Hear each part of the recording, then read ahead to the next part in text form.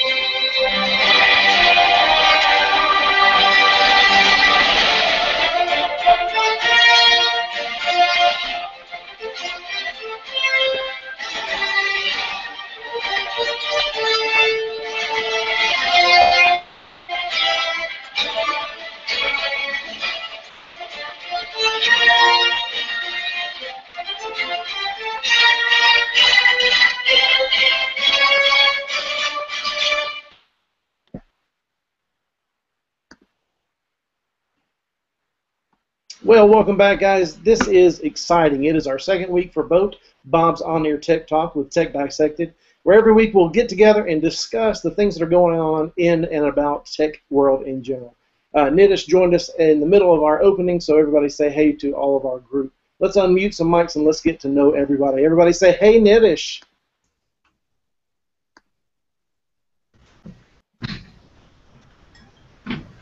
Hi.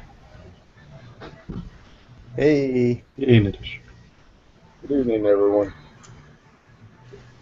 Excellent evening. And also let me introduce Mr. Fred Scholl to you. Hey, folks. Great to be aboard the boat for the second voyage. Our founder, Mr. Cliff Wade. What's up, everyone? Thanks for joining us. Hope you all enjoy the show tonight. Should be a fun one. Latest team member, Mr. Chuck. Evening, all. And my co-host, Mr. Tony McAfee. How you guys doing? Excellent. Now I'm super excited to introduce our special guest for the evening, Mr. Corry Robb. Corry Robb, share just a brief thing about yourself, please. Hey everybody, my name's Corey. I am been volunteering with the Big Android BBQ now for going on 4 years. I live in Virginia. I am obviously an Android geek and a GIS and just an all-around sort of tech enthusiast. So. Thanks. Hey, Corey, I really appreciate you coming aboard and sharing some thoughts. We'll come back to you in just a minute and get some details on some things that are going on with the Big Android BBQ number 5 this year. Just to remind everybody at home that's listening and watching abroad that this is a live on-the-air chat. So feel free to hit the Q&A there on the corner and ask us some questions. Anything you'd like to ask me, Corey from the Big Android BBQ, or any of the guys here at Tech Dice, we'd love to talk to you. Aaron Kasten is about to come in right now. What's that? Aaron Kasten is going to join us right here shortly. Excellent, excellent. Looking forward to seeing him jump on in. And also, we've got some giveaways. We'd like to give you guys some free stuff. Congrats last week to our winner of the Galaxy S4 Despicable Me 2 Minion case.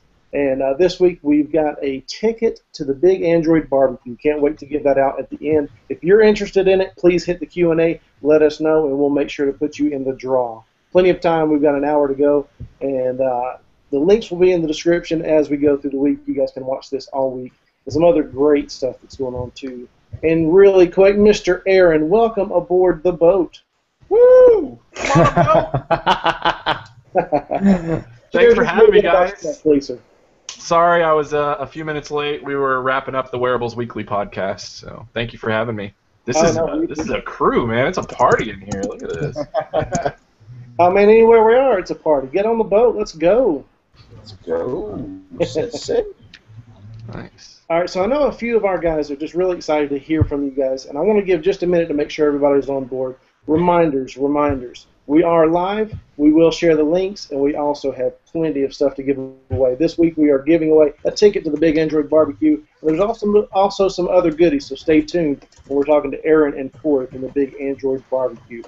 So let's go ahead and get on with it. Aaron and Corey, please share a little bit about what's going on this year with the Big Android BBQ.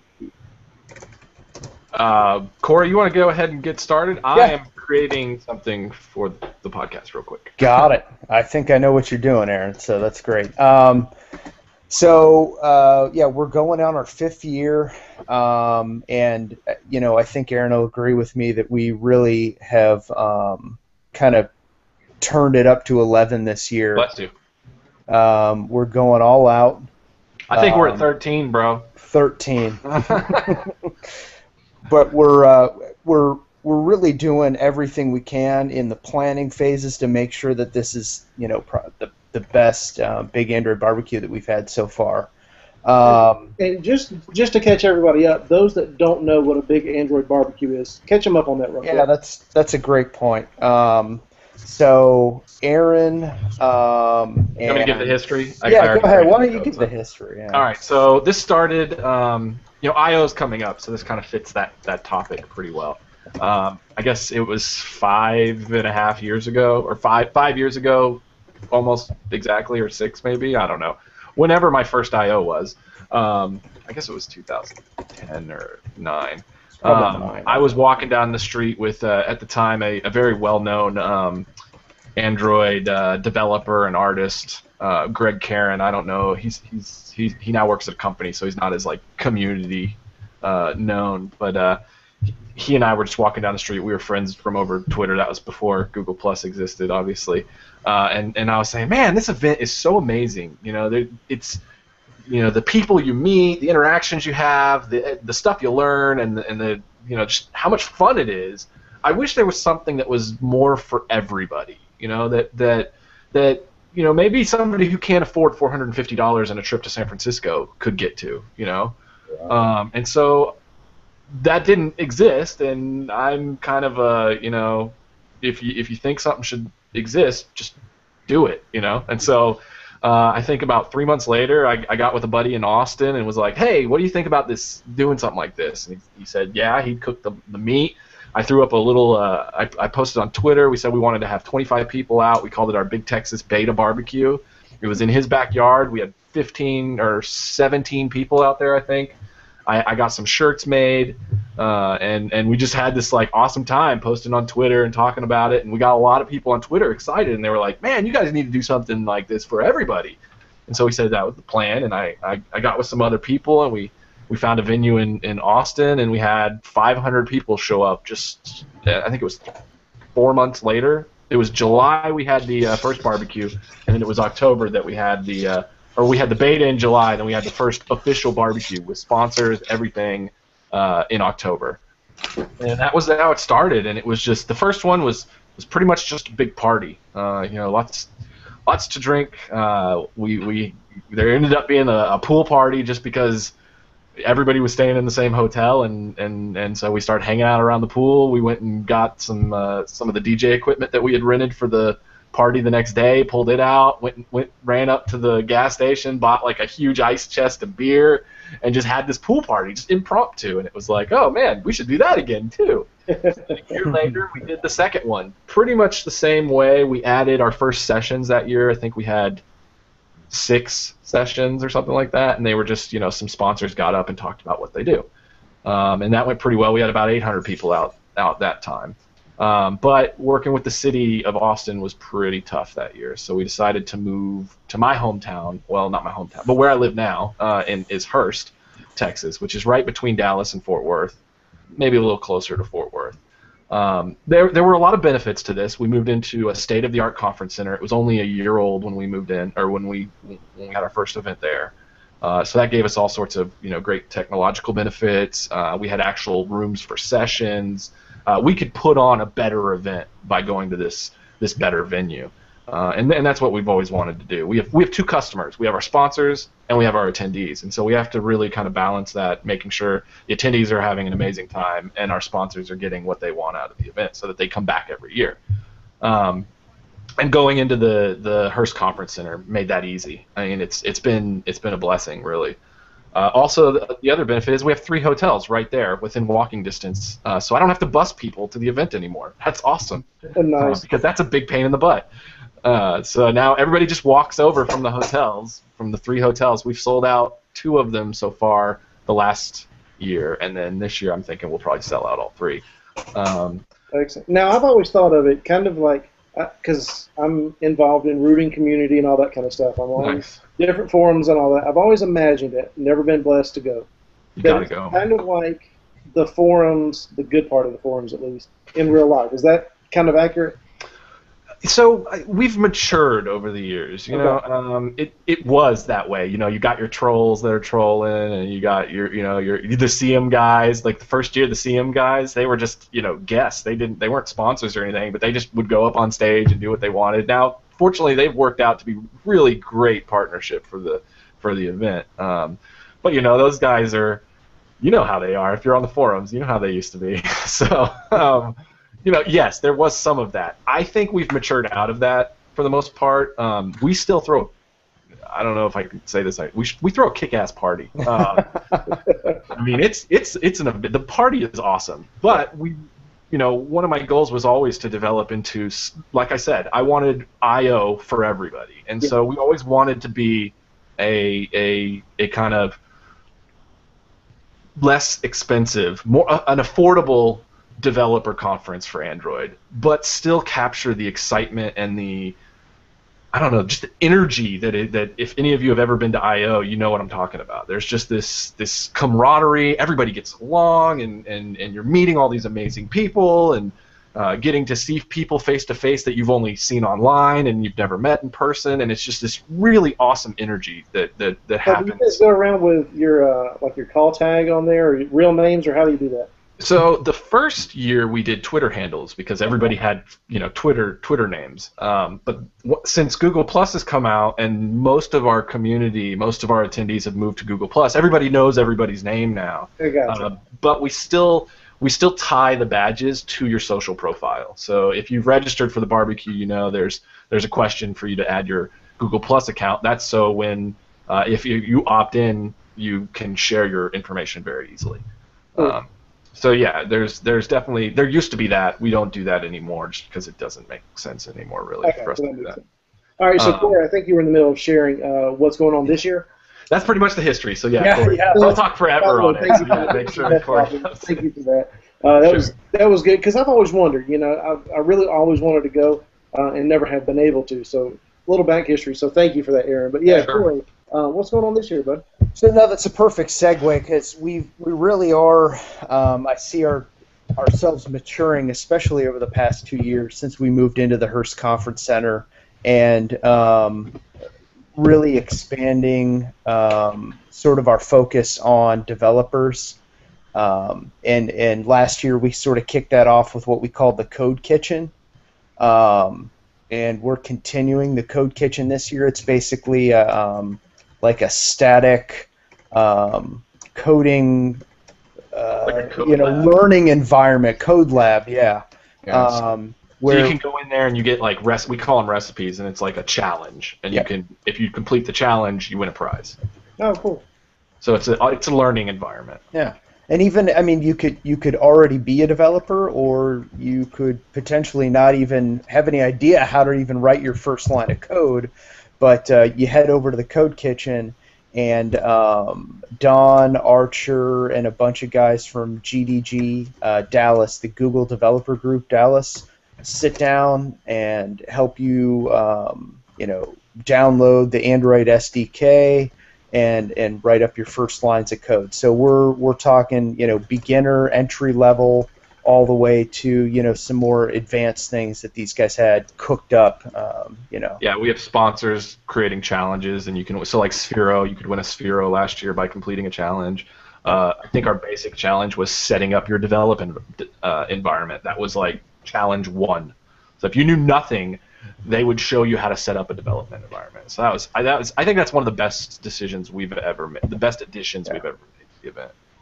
Well, I think that's good because I think what happens is some people can be intimidated by even an Android barbecue like what you guys are doing, that it's supposed to be for everybody, but knowing these big guys are going to be there, do I fit? Who am I going to talk to? How am I going to belong? So, no, I like it. Good idea. That's a great point, and we really have, I think, one of the best sort of cultures and atmospheres at the Big Android barbecue. You can't ask a stupid question here. We proved that last year. We did last year. I'm trying to remember, what was the question that the guy asked? Yeah, I can't remember. He was an older gentleman, and I don't think he necessarily knew all that much about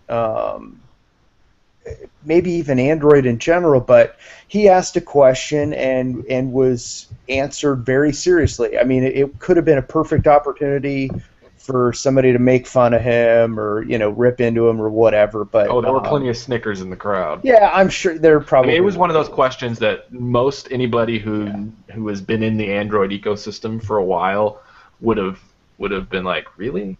But it wasn't responded to that way. I mean, it was really cool because he got a really great answer out of that was our closing keynote actually. He got a really good answer out of it. I wish I could remember the question. Yeah, I know. I can't remember. It's something we need to remember for next time we do something like this. Yeah. But yeah, so there really is just a good overall vibe, I guess I'll call it there.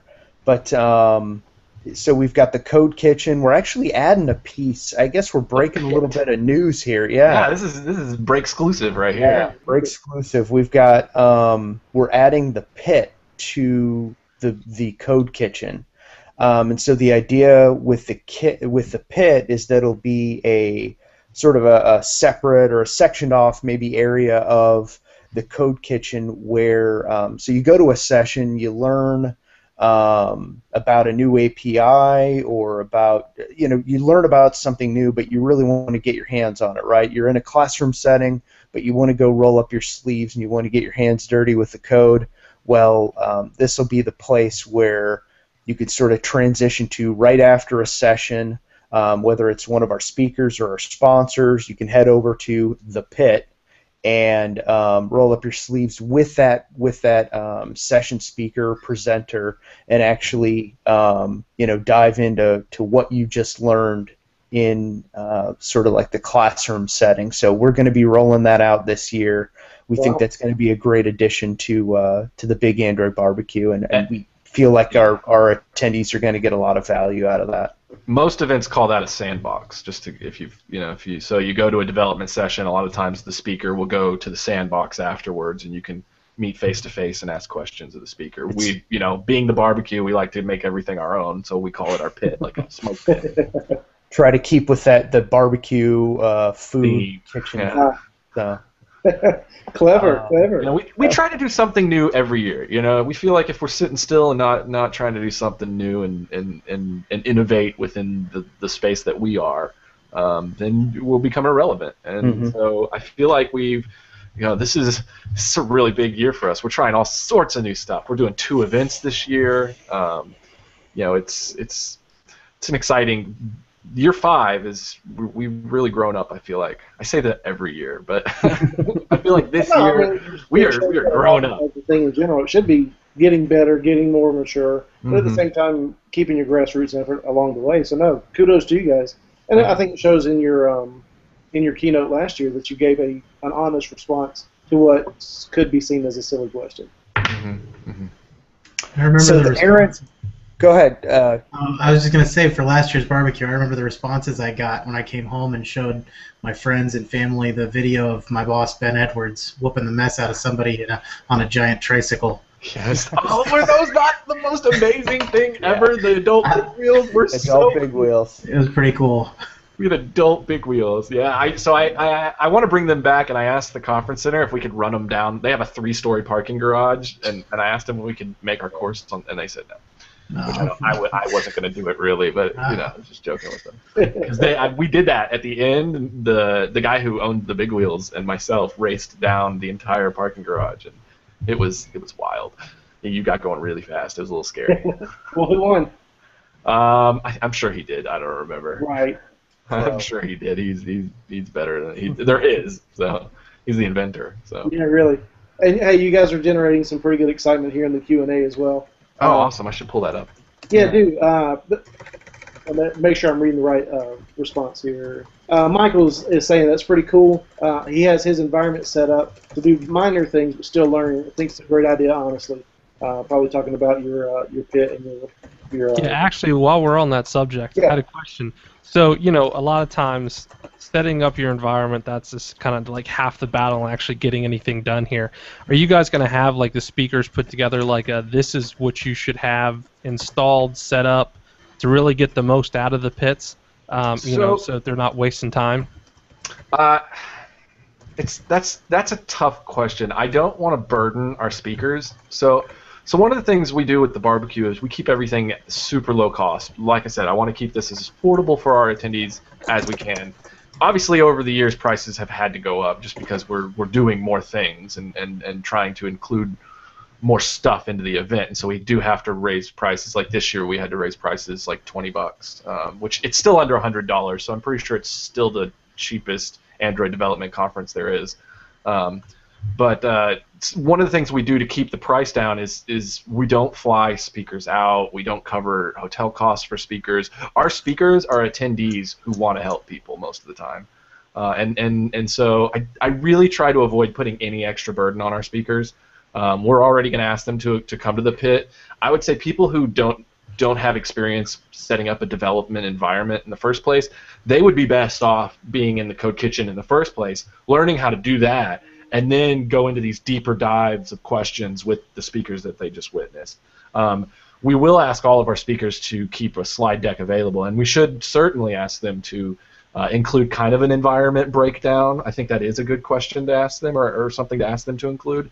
But I don't want to add too much burden to them. You know what I mean? We've done it in years past, I think, where we've asked them what sort of level their talk is going to be at, and so that's something that we'll They should definitely discuss the tools they're using that would be involved in if they're talking about creating a specific app, or a lot of the talks are about specific tools as well. So like Amazon is probably going to talk about their APIs. All the Livio talks about their stuff with the in-car stuff. HTC is going to talk about their APIs and the stuff that they're doing. All of our amazing sponsors, which we have really amazing sponsors, we'll talk about their tools and their products, and then there'll be some environmental questions that I'm sure will come up. Nice. Good stuff, guys. Also, while we're on the topic of keeping your prices down and all that, how much is it? $75. How much? $75 for a general admission ticket. Now we have different ticket packages. I mean, if you wanted to go all out, you can get the Barbecue X package, and that's $5,000. But it includes a first-class airfare to and from the event. Your hotel is covered, and I will pick you up from the airport in a Mercedes SUV wearing a top hat and monocle.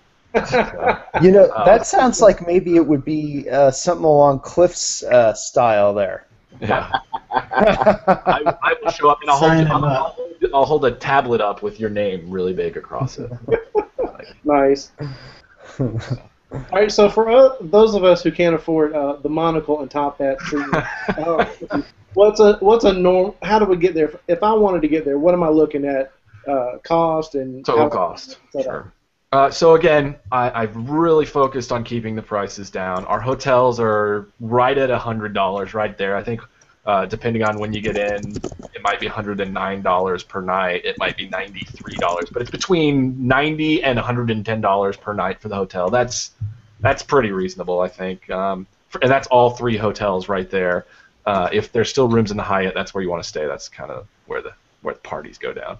Although last year, actually, we hung out a lot over at the Hampton, I think, as well. So you never know. As it grows, it expands. Let's see. So it's $75 for the ticket. Hotels are going to run you about $100 per night. Flights, it's DFW Airport, so you can fly in from pretty much anywhere in the country. It's an American Airlines hub. Depending on, I would say use something like Kayak, I think it is, has a price predictor, so you can check and it'll say, oh, the price is predicted to go down or it's predicted to go up. Or you could use something like Airfare Watchdog, and they'll send you notifications when a price gets really good. But you can get a flight for under $300, or if it's expensive, it'll still be under $400.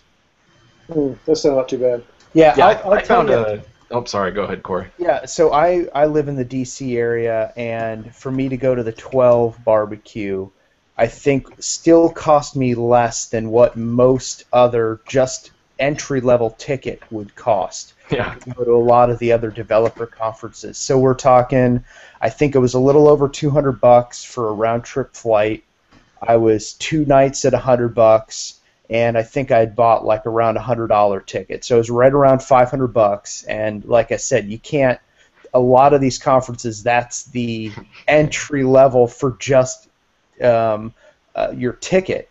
Plus, then they're in locations that can be more expensive than what the Hearst is. We were going to create a forum that showed like an actual breakdown of event comparisons, but then we get along so well with so many of the other events that go on, like Android TO, the XDA DevCon, DroidCon. You know, we've worked with these guys for the last 5 years to cross promote.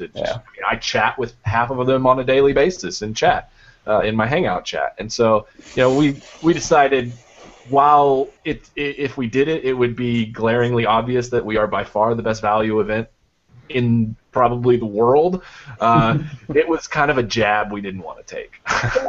To me, honestly, when I see those from anybody that puts those out, and I saw one this week from another company, they're kind of counterproductive. They almost seem like either making excuses or it's a jab at these other guys. Like, just stand firm on your stuff and get your information out there. Yeah, but it's difficult to really break all of that down, in a clear way, and so that's kind of where that idea came from. But like you said, it wasn't the classy move, and we try to be maybe not classy, but trailer park classy. Well, the thing is, though, for us food lovers that come to the conference, I mean, you got to include the fact that there's an In-N-Out burger within walking distance. That's going to be an extra couple $100 right there. There is an In-N-Out burger within walking distance of the hotels.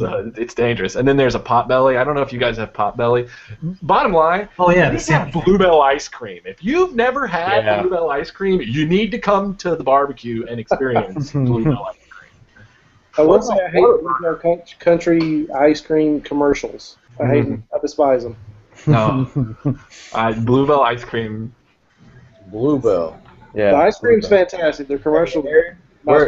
What about a Whataburger? There are Whataburgers, but I don't know if there's one within walking distance. I think it's like 1.2 miles or. Yeah, there's a lot of there's Red Lobster, Outback, a bunch of Tex-Mex places. Some there's Italiani's is right there. Don't go there though; it's not very good. I enjoyed it.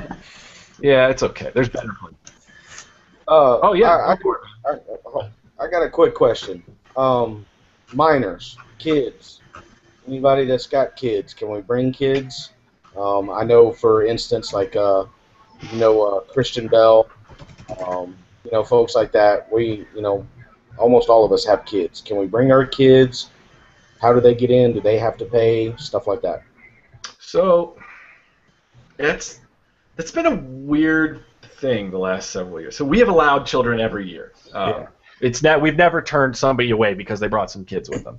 In fact, I think 2 years ago, Siwei and Rachel Ying had their kids, and they were running around. Or no, it would have been 2 years ago.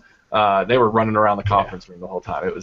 It was fun. So yes, you can bring your children. If they're old enough to participate in the event, we ask that you pay for a ticket for them. If they're going to be eating food and and taking advantage of some of the things that we're providing that are cost to the event, we ask that you pay for a ticket to cover that cost. $75 gets you all you can drink and all you can eat at an after party.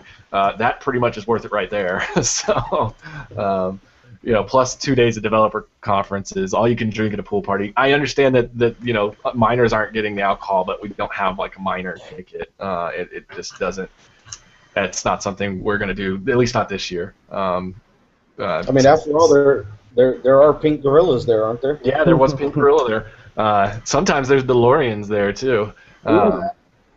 So yes, bring your children. They're welcome. We don't provide any kind of care for them. We're not going to watch your children. You'll need to make sure that they behave and aren't causing a distraction during sessions if you're going to bring them. I would prefer people not bring children into sessions, but I understand what it's like having a family. I don't have one currently. I have a wife, but no kids.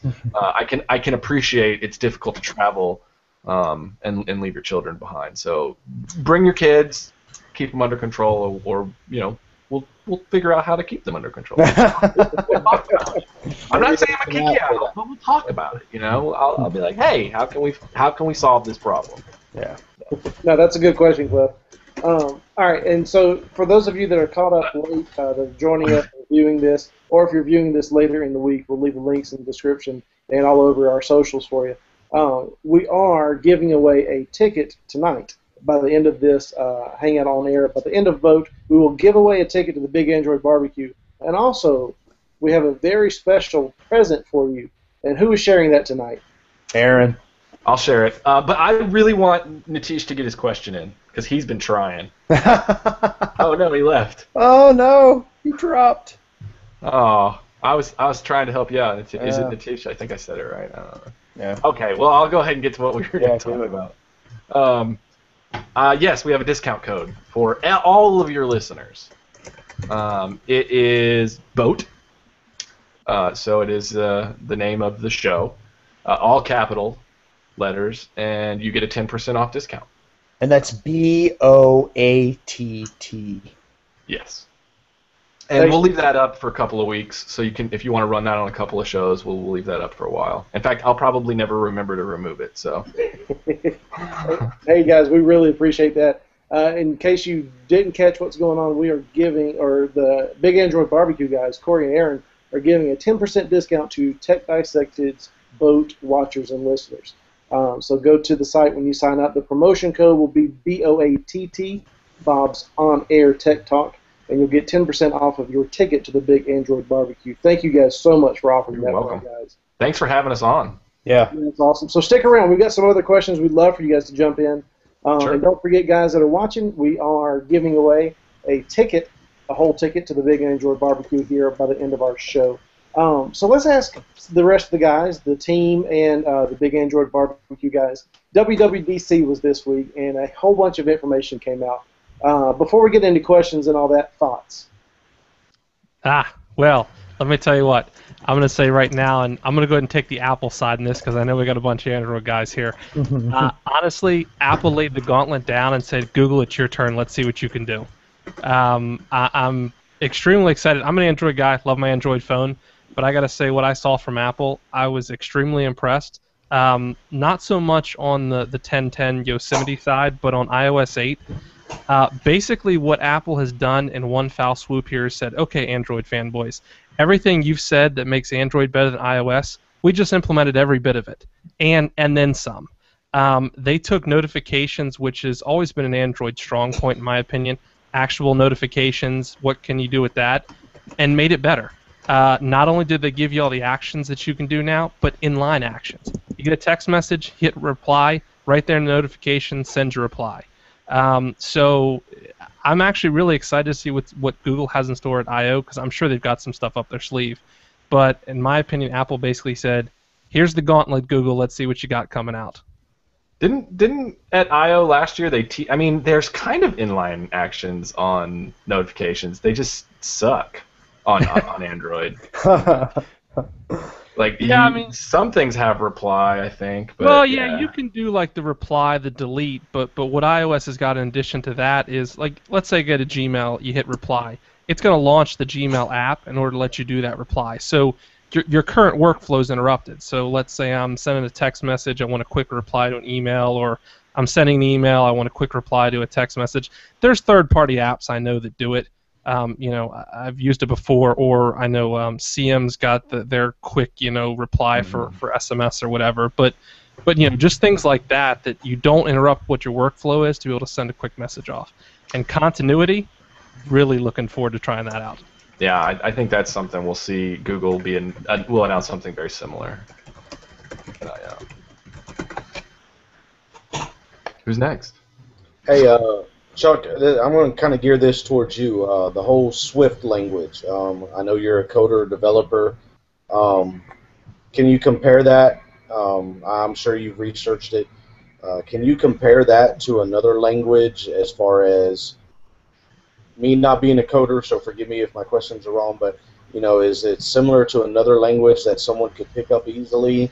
Tell us a little bit about that, because I know Yeah, actually, so Apple's kind of kept this language they've quote unquote invented under wraps.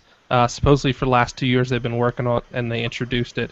It's kind of like their replacement for Objective-C. Objective-C is a very, very terse language.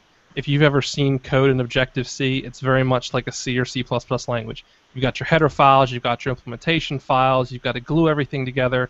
There is a lot of code in Objective-C just to do a simple Hello World application. So what Apple's trying to do here is get away from the terse language and into something more simplistic. So they're taking a lot of aspects from a scripting language, Python, or something like a JavaScript, and trying to make it a significantly simpler language to develop for, but still give you the power of a compiled language. So, JavaScript, one of my favorite languages, is awesome. But a lot of times with JavaScript, you don't know something's wrong until you load it up in the browser and it explodes. So, but it's really, really easy to program for. So what Apple's trying to do here is they're trying to give you really the ease. Their Hello World application, there's no more header files. Everything, it automatically generates all the header files, the interface files that you need to interface with anything else, interface with your code. They do all that for you. So their Hello World application is like 5 lines of code now, as opposed to probably the 100 it was with Objective-C. Technically, it's type insensitive because it's more like a scripting language, although they infer the type much like a scripting language. So instead of having to declare something as an integer, you just set it equal to an integer and it knows it's an integer. So they're trying to move down that path, as they're going forward with this. I actually haven't had as much time as I'd really like to play with it, but it takes a lot of really, really nice aspects. Tuples, closures, lambda functions, stuff like that that are really, really becoming popular in programming languages, and kind of wraps all that up. Plus the fact that it's got the REPL loop, the read, execute, process, whatever it's called.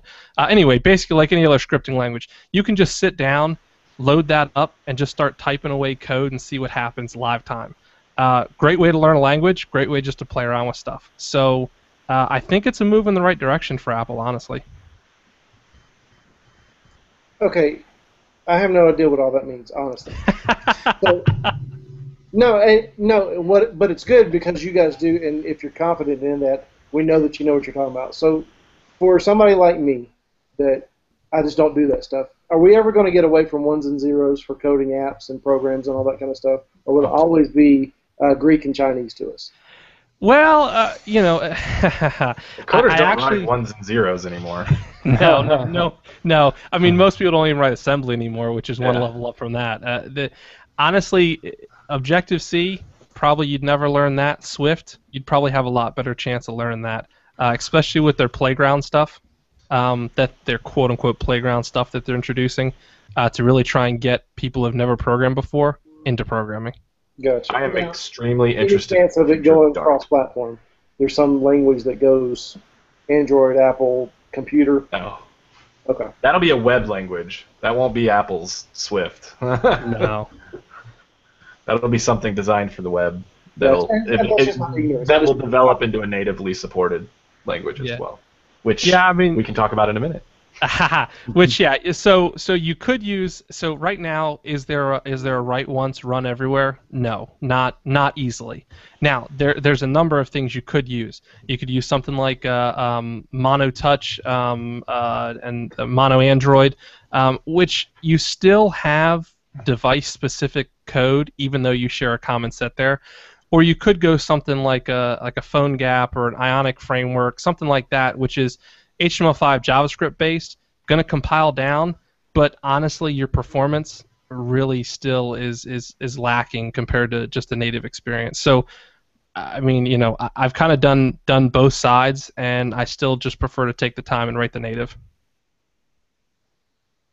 Okay, fair enough. That makes sense. You explained it to at least where I understand it, and hopefully everybody else does too that doesn't speak code like you do. I mean, you were spitting out stuff, and I'm like, okay.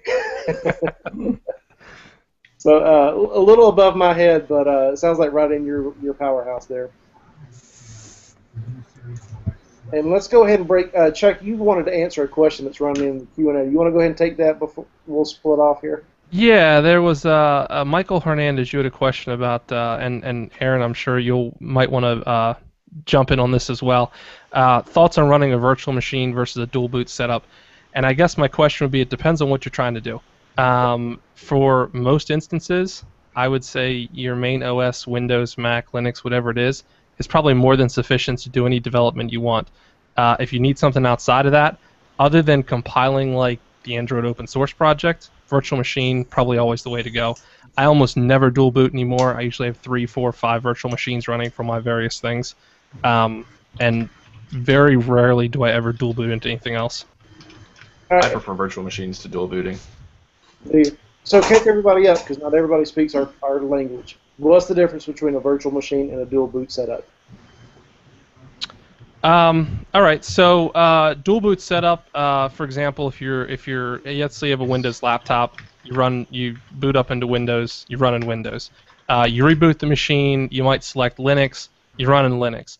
Linux is running as a full install on the native hardware, no virtualization at all. So it's actually what you boot into when you turn the machine on. Virtual machines or virtualization, basically you have your host OS, be it Mac, Windows, Linux, and then you have basically a special software that you can then install Linux into this software, and it kind of mimics a machine.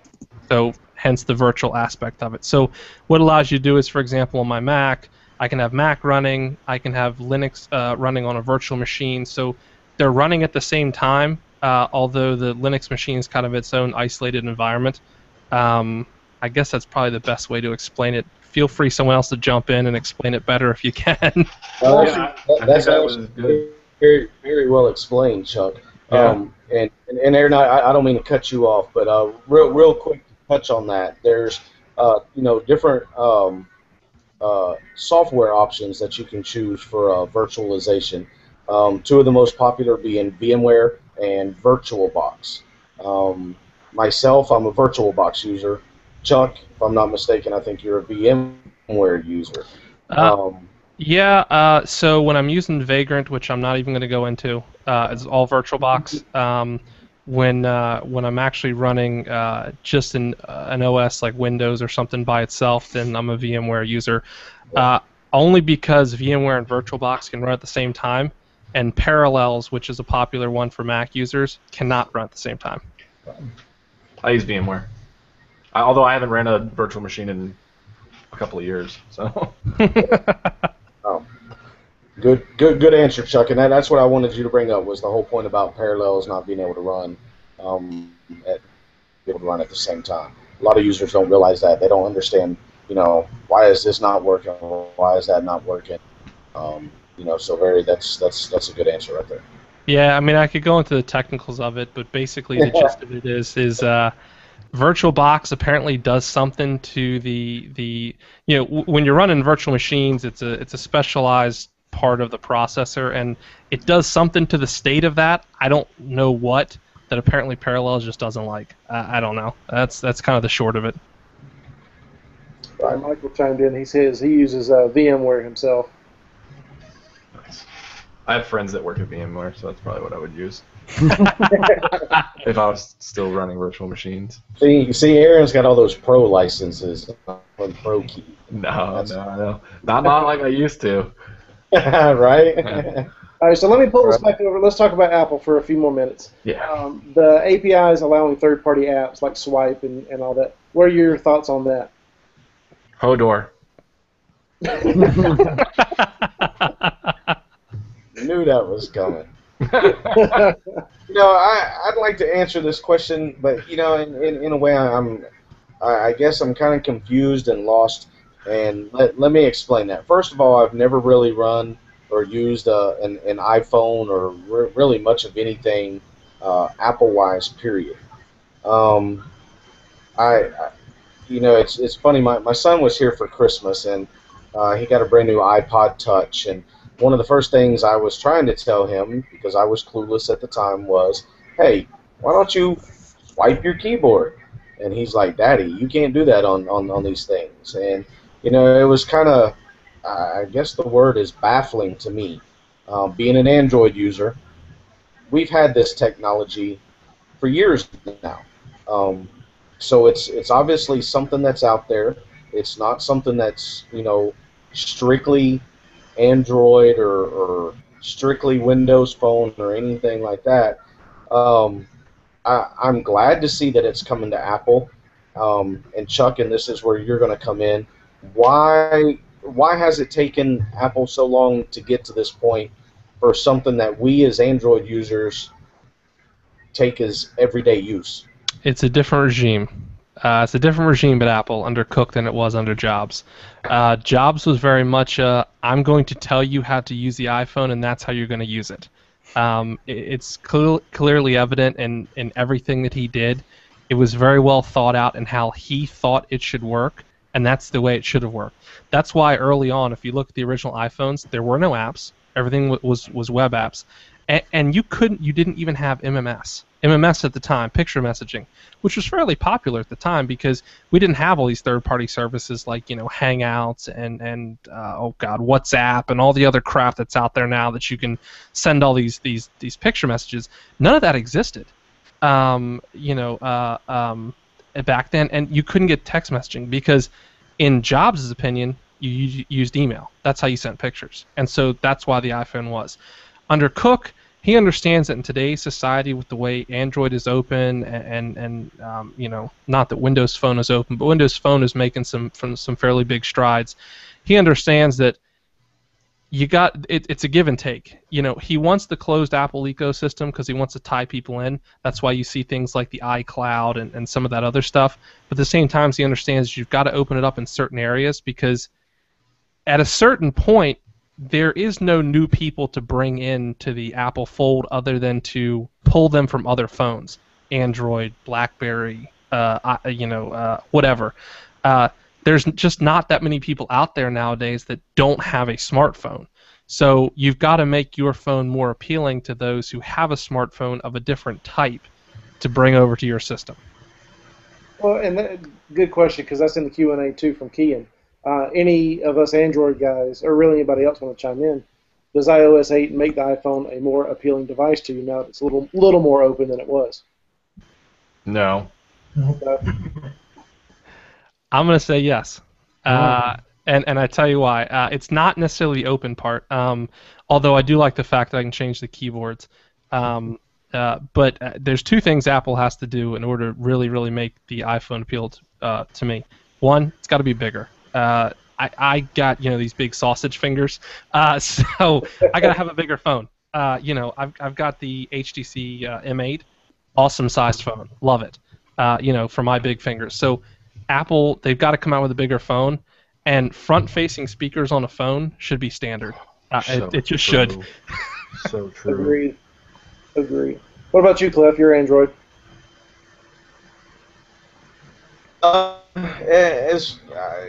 Again, I'm not really an iOS user, but I have picked it up before.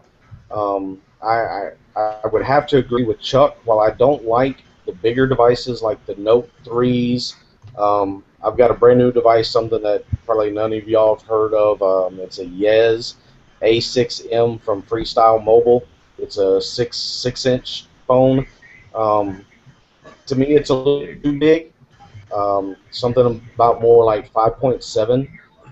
I know, that doesn't seem like much of a drop, but to me, I think that's definitely a little bit better than an iPhone. I mean, and to me, an iPhone just it feels like, back in my day, kind of like an iPod Touch or something like that. It's to me, it's too small. Yep. And another thing for me. And, again, maybe I don't understand the whole icons on my home screen. I don't want to be forced to do that. I want other things on my home screen. I understand that we've got widgets in the notification section now on iOS 8. So maybe it's coming soon, but that would be something for me. I use widgets all the time on my phone to know when I have a text message, email, what the temperature is. I mean, just all sorts of various things out there. So that would be something that would be very important for me to be able to have if I were to get an iPhone. I gotcha. What about you, Corey? What do you think? I've tried to play with iPhones before in the past, and you know what it feels like to me is flashing at the MIUI ROMs.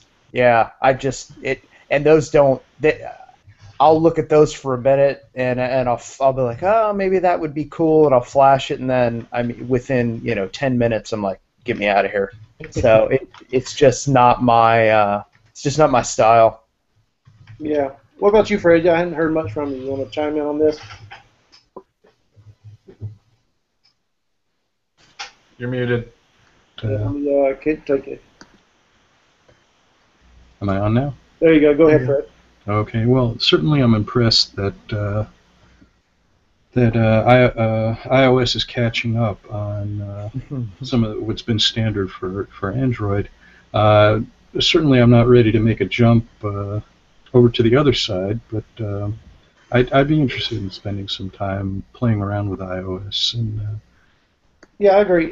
just taking it for a spin. So if anybody out there wants to send me an iPhone, right. feel free, and I will give it a fair and decent review. Yeah, me personally, to answer the question, is it more appealing? Yes. Am I ready to jump ship and get a new one? No, not at all. There's some other things that got to be standard and better, but yeah, it is more appealing.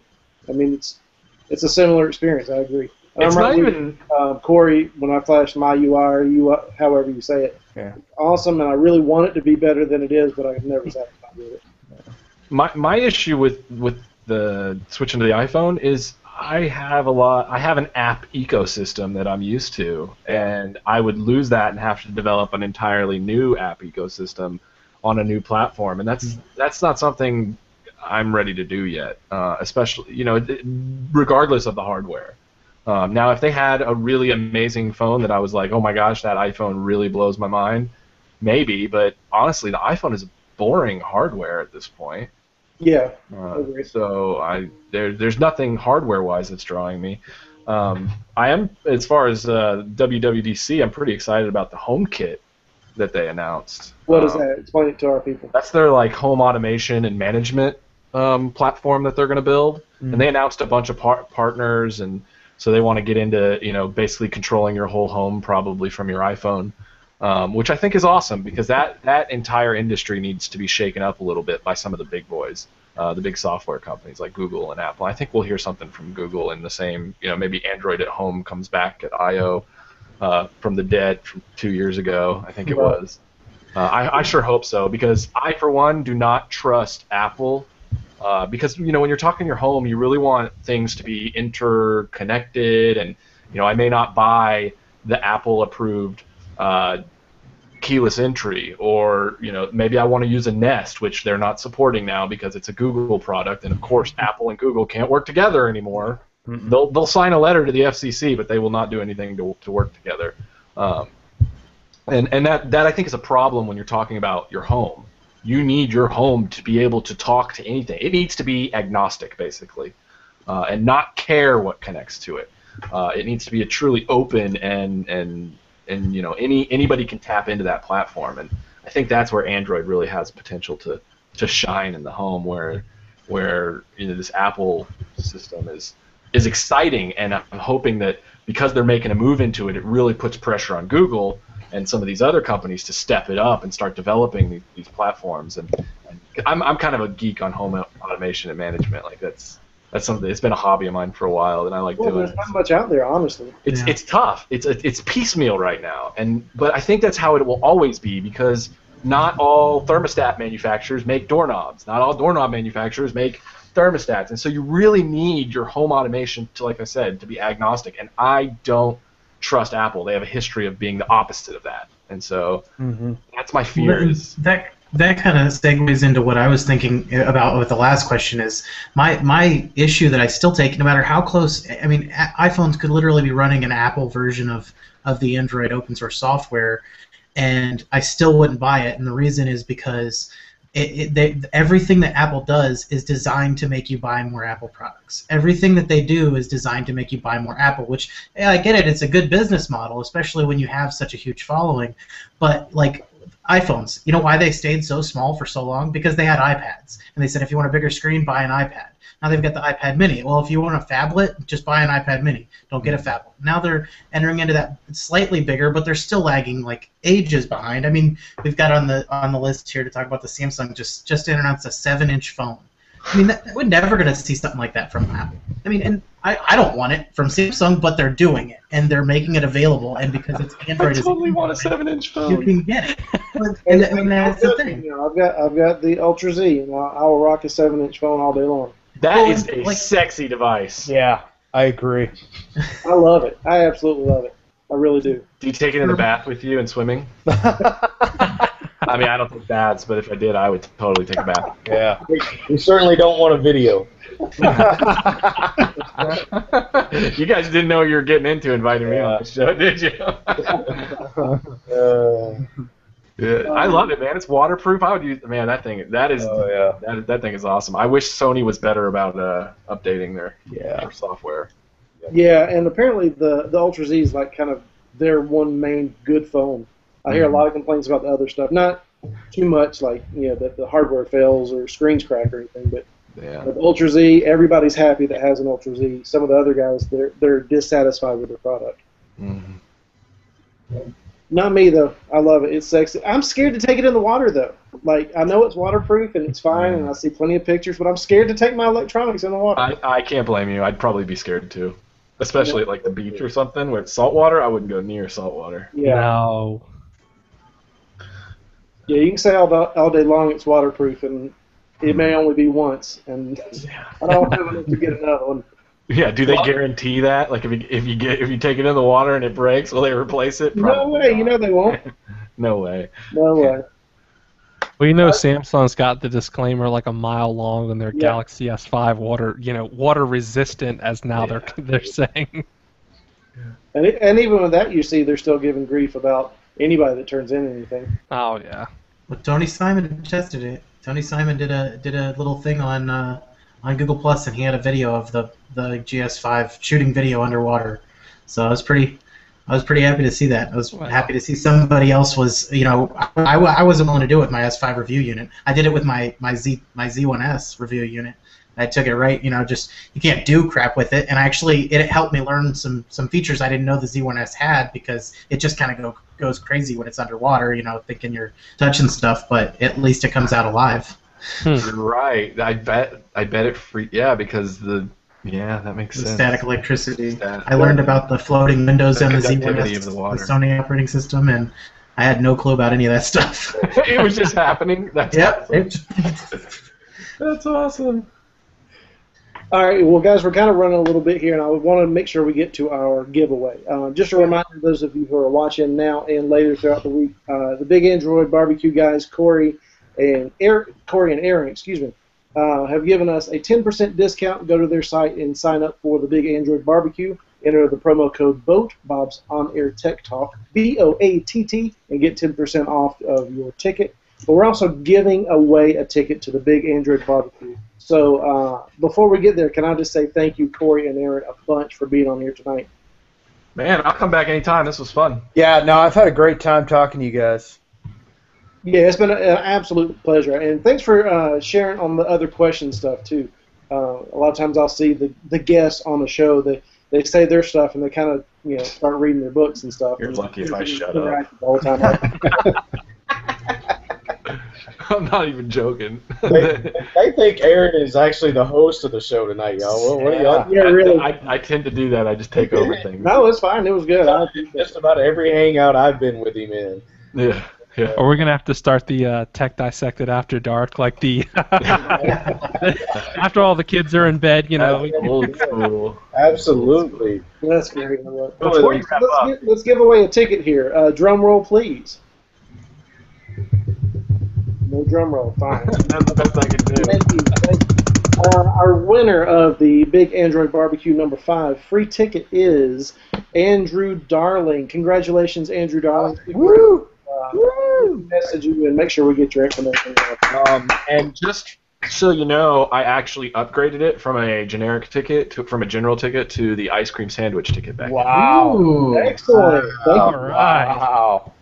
So Yeah. that's a $120 ticket, buddy. There you go. Don't waste it, please. Andrew. Excellent. And yeah, congratulations again, Andrew. I hope you take advantage of it and go see these guys and learn something and have a blast with it on behalf of the Big Android BBQ guys and Take That Second. Congratulations a bunch. Once again, thanks a lot to Corey and Aaron from the Big Android BBQ. I've said that a million times today, but I want to make sure that I plug you guys correctly. Thanks a bunch to you guys again.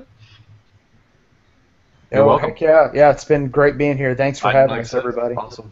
Excellent. Thanks again to Chuck, our permanent guest here on BOATT. Yeah, you can't get rid of me no matter what you try. That's awesome. Thanks, Cliff, for being on here. No problem, man. Thank Aaron, Corey, both of y'all. Thank y'all so much. Y'all are always a blast to be around. Thanks, man. This is my first hangout with you, but Aaron, back in the OMG Droid days and stuff. We had I remember you. always a blast, always a blast. So appreciate you. Y'all are more than welcome to come on here anytime. Maybe we can do it again a little bit closer to the barbecue and maybe get something else away. That'd be awesome. I like giving stuff away. Yeah, me too. I like getting stuff. So anything you want to throw this way is fine too. I want Well, you can use the discount code. Okay, fair enough. Fair enough. Hey, I'll give you a free ticket too, but only a general edition one. Hey man, And you gotta cover costs. thanks again, Fred, for being on board. We appreciate you being here tonight too, bud. Thank you. And Tony, my co-host, thank you so much for interjecting and keeping me on the line tonight. Always pressure. Always a pleasure. Excellent. And thanks to you guys watching at home, either live as we are or sorry about that, either live as we are or later in the week. We'll leave the links in the descriptions and all over our socials for you. Be sure to go and get your 10% off and check us out next week. Remember, when the clock says Bob says start. So thanks, guys, a bunch for everything that you guys do. We wouldn't and couldn't do it without you. And with that, we will leave you. The boat is leaving. Have a great week. Setting sail.